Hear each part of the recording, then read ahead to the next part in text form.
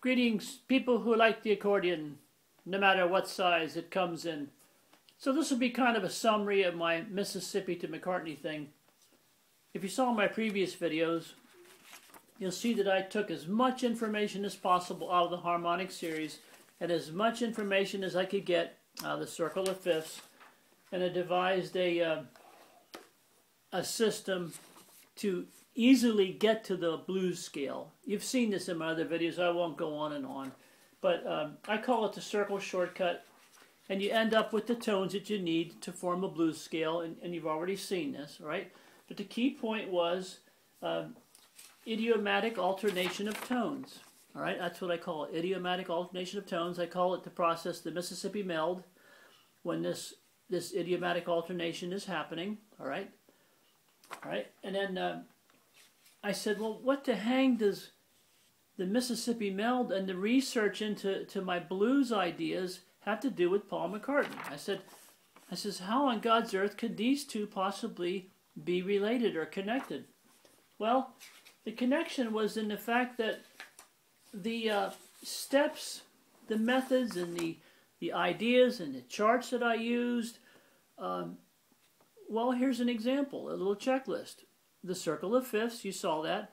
Minor third, we went through that. And my little idea, little invention called the subject aggregating chord or scale relationship.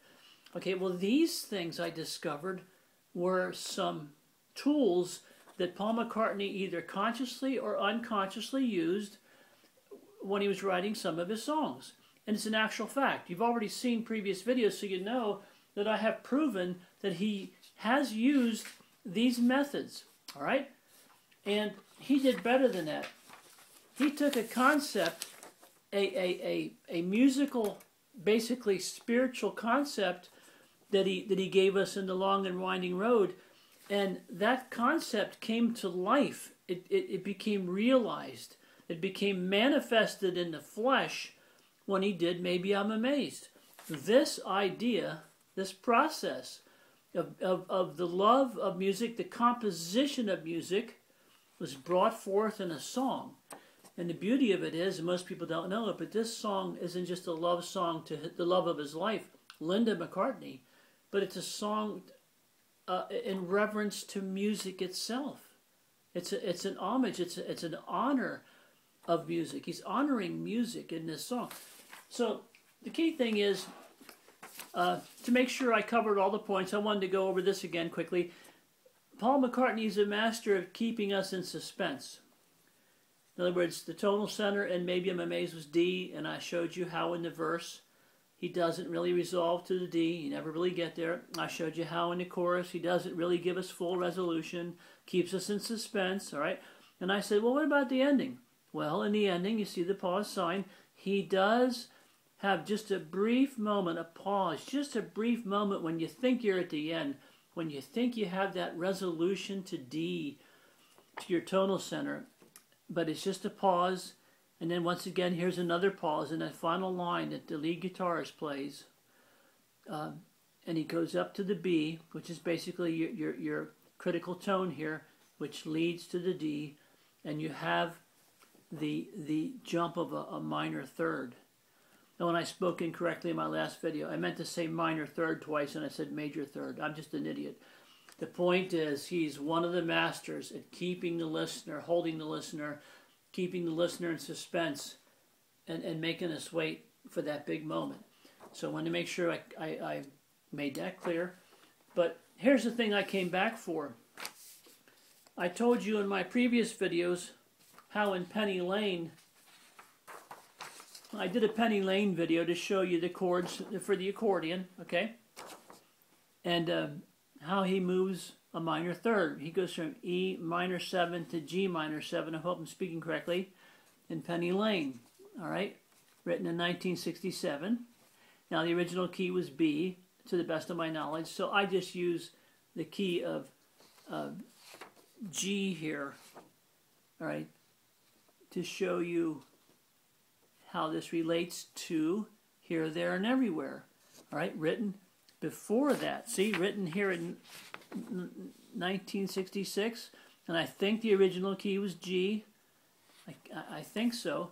But I use here the key of F to show you the same two chords. All right, it goes from G minor 7 to E minor 7.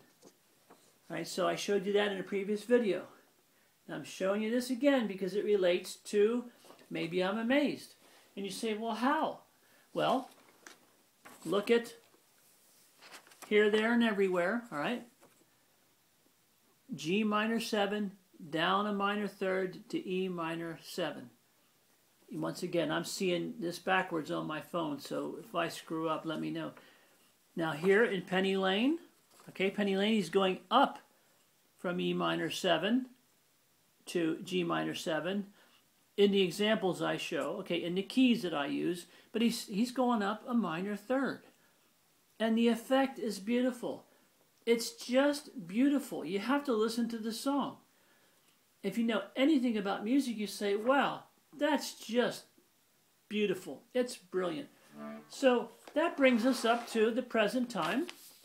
Maybe I'm Amazed, all right? And Maybe I'm Amazed, I showed you the little chart here. He keeps us in suspense using the circle of fifths. He doesn't give us resolution. He holds us in suspense for the whole way through the verse, the whole way through. But there it is. F to A flat, F major to A flat major, minor third, E flat major to C major, minor third. God, I hope I'm speaking correctly.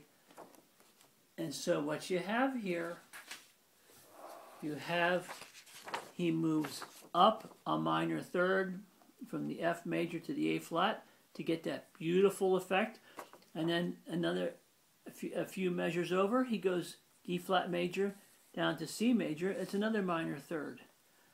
Now, you can say, well, okay, he probably wrote this unconsciously or using pure intuition, didn't care about theory. Who gives a crap about theory? But the point is, it's still happening.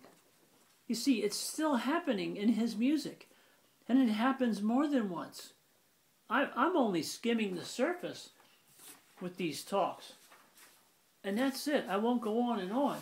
But that was how the ideas that I needed in my research to form the quick, to create the quick shortcut to the blues scale, those same underlying, inherent, or unconscious things were necessary elements in maybe not in the writing of Maybe I'm Amazed, but in the analysis of Maybe I'm Amazed. Those things are there. It's an actual fact. There's no denying that those tools are there. Now, I'm going to get back in my next video. I'd like to get back and show you something. You know, I told you about how to quickly find the blues scale in here. Well, I have another thing to show you. You can, it's another shortcut, how to find a specific scale. So we'll do that next time. Once again, thanks for being really, really patient. And I'm going to move away from Mississippi and McCartney, move into something different. I know, you're glad. So thanks for being incredibly patient, and good night.